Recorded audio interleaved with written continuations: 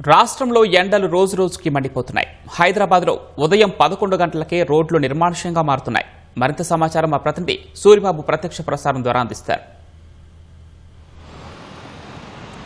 పవన్, రాష్ట్రంలో ఎండలు రోజు రోజుకు మండిపోతున్నాయి. ప్రజలు రోడ్ల మీదకు వచ్చేందుకు చాలా ఇబ్బందులు పడుతున్నారు. గత 10 ఏళ్లలో ఉన్న ఉష్ణోగ్రతలను బద్దలు కొడుతూ గరిష్ట ఉష్ణోగ్రతలు నిన్న 46 డిగ్రీలు రాష్ట్రంలో వివిధ జిల్లాల్లో నమోదు అవడం ఇటు పర్యావరణవేత్తలను అధికారులలో ఆందోళన వ్యక్తమవుతుంది. అయితే ఇటు డాక్టర్లు అయితే ఉదయం 10 నుంచి సాయంత్రం 5 గంటల వరకు కూడా ప్రయాణాలు చేసుకోవద్దని చెప్తున్నారు. ఎంతో అత్యవసరమైతే బయటికి రావాలని కూడా సూచిస్తూ ఉన్నారు.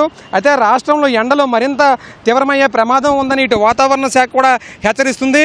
అయితే నిన్న ఈరోజు కూడా నిజామాబాదు, నిర్మల్, ఆదిలాబాద్, కొమరంభీం, ఆసిఫాబాద్ జిల్లాలకు రెడ్ అలర్ట్లను కూడా జారీ చేసింది. ఈ జిల్లాల్లో 45 నుంచి 46 డిగ్రీల ఉష్ణోగ్రతలు నమోదయ్యే అవకాశం ఉంటుంది కూడా హెచ్చరించింది.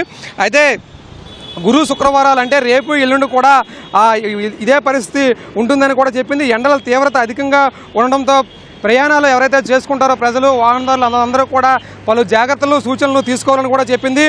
అయితే మరోవైపు గత 10 ఏళ్లలో ఉన్నటువంటి గరిష్ట ఉష్ణోగ్రతలను ఏవైతే ఉన్నాయో ఆ రికార్డులను బద్దలు కొడుతూ నిజామాబాదు, ఆదిలాబాదు, నిర్మల్, పెద్దపల్లి, జగిత్యాల, ఇటు కామారెడ్డి, కొమరంభీం, మంచిర్యాల, కరీంనగర్, నల్గొండ, రాజన్న, సిరిసిల్ల, సిద్దిపేటలో 46 నుంచి 45 డిగ్రీల మధ్య ఉష్ణోగ్రతలు అయితే నమోదయ్యాయి. ఈ నేపథ్యంలోనే ఇటు జిల్లాలు మొత్తం కూడా ఈ ఎండ తీవ్రత వల్ల చాలా ప్రయాణికులు, అక్కడ ప్రజలందరూ కూడా తీవ్ర ఇబ్బందులు పడుతున్నారు.